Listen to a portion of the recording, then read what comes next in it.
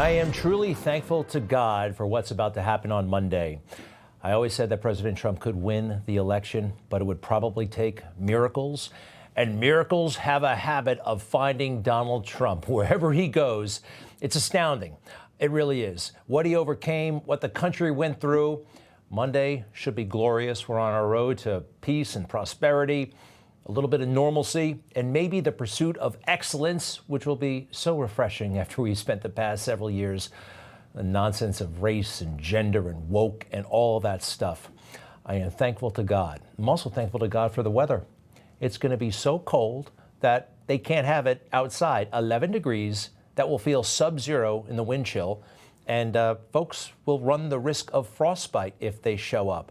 President Trump made the announcement on Truth in only the way that he can. The weather forecast for Washington, D.C. with the wind chill factor could take temperatures into the severe record lows. There is an Arctic blast sweeping the country. This makes sense. I don't want to see people hurt or injured in any way. And it is dangerous conditions for tens of thousands of law enforcement, first responders, police canines, and even the horses. That might be my favorite part about this announcement. He is worried about the dogs and the horses. Isn't that great?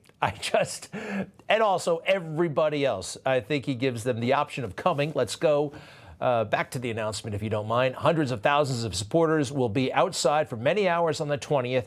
In any event, if you decide to come, dress warmly.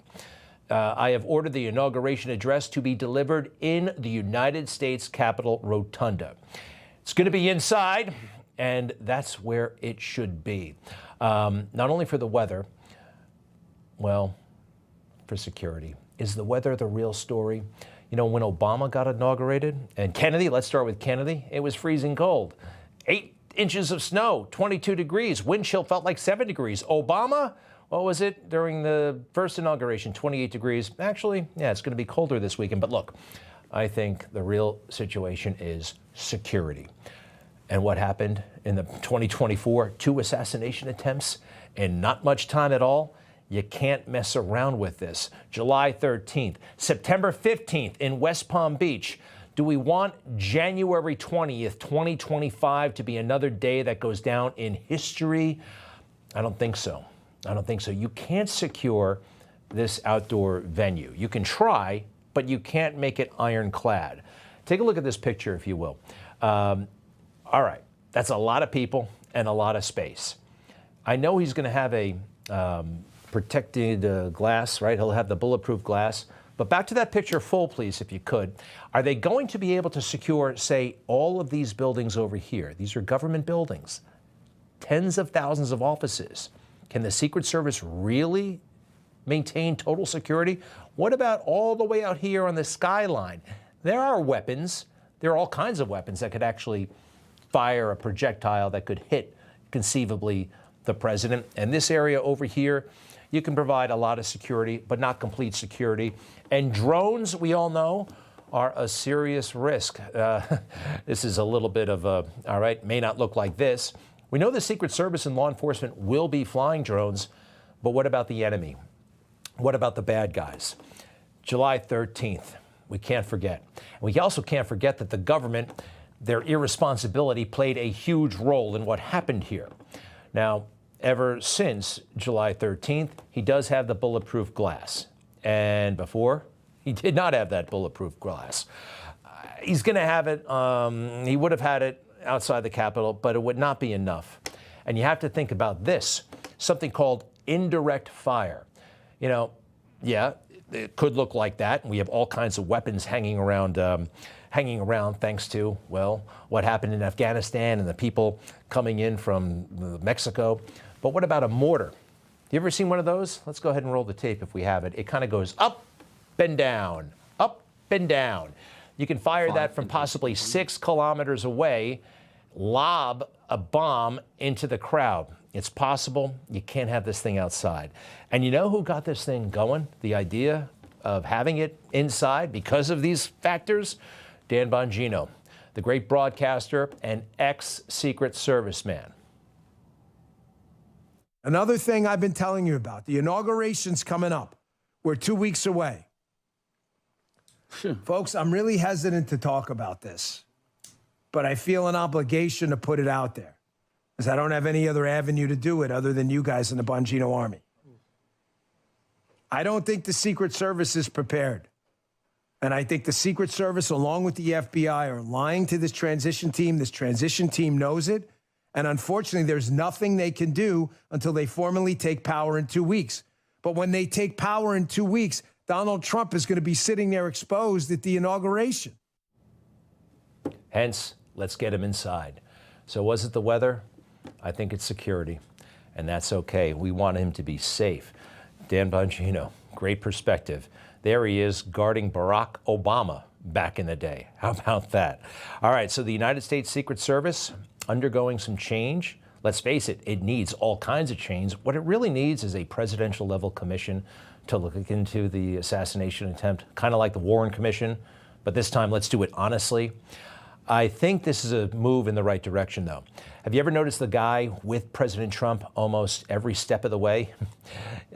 His body, man. I've always been fascinated by this guy. I didn't know anything about him. He just was totally stoic, totally professional at all times. That is the lead of Donald Trump's Secret Service detail. He supervises about 85 agents. He goes with him everywhere. Even when he was arrested, there he is behind President Trump. His name is Sean Curran. And President Trump just designated him to be the new Secret Service director. Not too much is known about him. He's been with the Secret Service for over 20 years. The announcement was made on X by Donald Trump Jr. I think he speaks with authority. And yeah, that was him on July 13th, right next to the president with the shades on. He looks a little bit different, a little bit younger, actually, with the sunglasses. Look, this is a major step in the right direction. Not too long ago, Dick Cheney acolyte Kimberly Cheadle was the director of the Secret Service. And I am deeply suspicious of her association with the Cheneys, and how she could have failed so badly. Nobody fails this badly unless, I don't know. You have to actually seriously wonder about the actions that were taken and weren't taken. Sometimes it seems to me almost deliberate, almost deliberate. Look, Donald Trump at a rally. Right? How many people there? Thousands upon thousands upon thousands of people. The most popular yet controversial political figure of all time, perhaps. At one point, the Secret Service was affording him the same level of protection that any ex-president would get. So think about that. George Herbert Walker Bush, in the last years of his life, right, getting the same level of protection, conceivably, as President Trump. That doesn't really kind of make sense, does it? It's insane. It's absurd. But that's what the general setup was. In Butler, Pennsylvania, we also know this. The person who had a huge amount of responsibility in securing the site beforehand was just 29 years old, less than 3 years of experience, and the dreaded DEI may have had something to do with that person's assignment.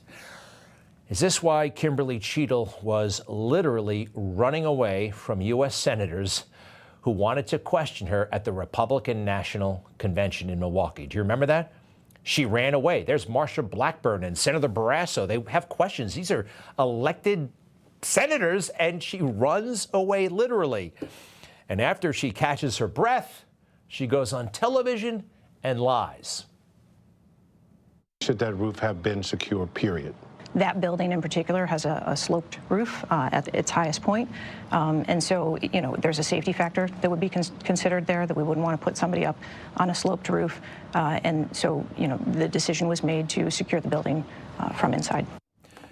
It's preposterous what you just said. The AGR building, the sloped roof, it's essentially flat. You're members of Congress. A couple of those guys are in their 70s. A couple of those guys are over 250 pounds.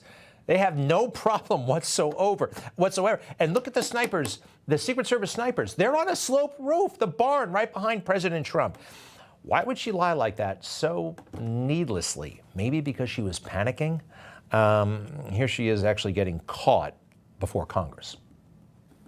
So you said, do you remember in an ABC interview you did that you didn't have people on the roof of the AGR building because you were worried about safety because of the slope? I recall that statement. Okay. Does the Secret Service have written policy you can share with us about sloped roofs? No. Okay.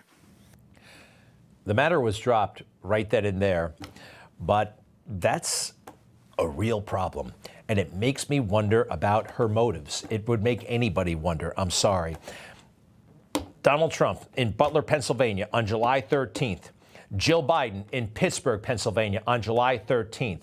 Assets that could have protected Donald Trump that day were actually deployed to Jill Biden's fake and very small indoor rally.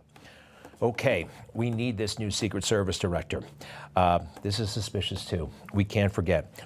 In the immediate aftermath, the way they expressed a lack of sympathy and concern for Donald Trump. Look at this. Do you see what I see here? I see a conspicuous lack of regard for what happened to President Trump. Here are their formal remarks where they come as close as possible, but not actually doing it, to apologizing. The assassination attempt of former President Donald Trump on July 13th is the most significant operational failure of the Secret Service in decades, and I am keeping him and his family in my thoughts. I would like to offer my sincerest condolences to the family of Corey Comparator, a former fire chief and a hero who was killed in this senseless shooting. I would also like to acknowledge those who were injured in Butler, David Dutch and James Copenhagen, and I wish them a speedy recovery. I would be remiss if I did not also extend my condolences on the passing of your colleague, Congresswoman Sheila Jackson Lee. Ms. Jackson Lee was always engaged in the oversight of the Secret Service, and her passing is a great loss to this body. I extend my deepest sympathies to the Comparator family and my sincere wishes for Mr. Copenhagen and Mr. Dutch's continued recovery. He doesn't mention President Trump. Not at all. She says our thoughts are with him, and that's it. She offers more words of sympathy for Sheila Jackson Lee, an ex-member of Congress who died, I believe, of natural causes. Right up there with Corey Comparator. There's something really wrong with these people. And I know they're hiding so much. And I've seen the tricks before, and so have you. Take a look. He is receiving the highest level of Secret Service protection that is commensurate with the protection provided to the President of the United States. Is he satisfied based on your interactions with him? So I've had conversations with the former president. He's very happy with his detail. He's actually publicly stated that. See that? He didn't actually answer the question, but it seemed like he answered the question, right? Happy with the detail. What about this? She was asking something else. Answer the question you want. I mean, yeah, it's clever, but we can see right through it. Crooks. Nobody even remembers the name. Had a rangefinder that day. He's asked a point-blank question about the rangefinder that he brought to a rally, and everybody knew about it. An hour and a half prior, law enforcement texting each other about this guy with his rangefinder. Dick Durbin, Democrat, 90% of the time, bad guy. But on this issue, there's been some real bipartisan teamwork, and I like it. What is the purpose of a rangefinder? And once this assassin was identified as using a rangefinder, wasn't that proof positive that he was a dangerous individual? So I'll say, Senator, that obviously somebody is trying to determine where they are in proximity to a location, a fixed location. I'll defer to my colleague here, but I believe it was a recreation or sports related. I thought I had read that it was a golf rangefinder. Nonetheless, it still would have provided him the ability to provide the distance that he was away from his intended target. And I'll turn off the mic, and I won't address the part about it being proof positive that the guy was a risk. I'll give you a technical, amateurish explanation of how a rangefinder might be used.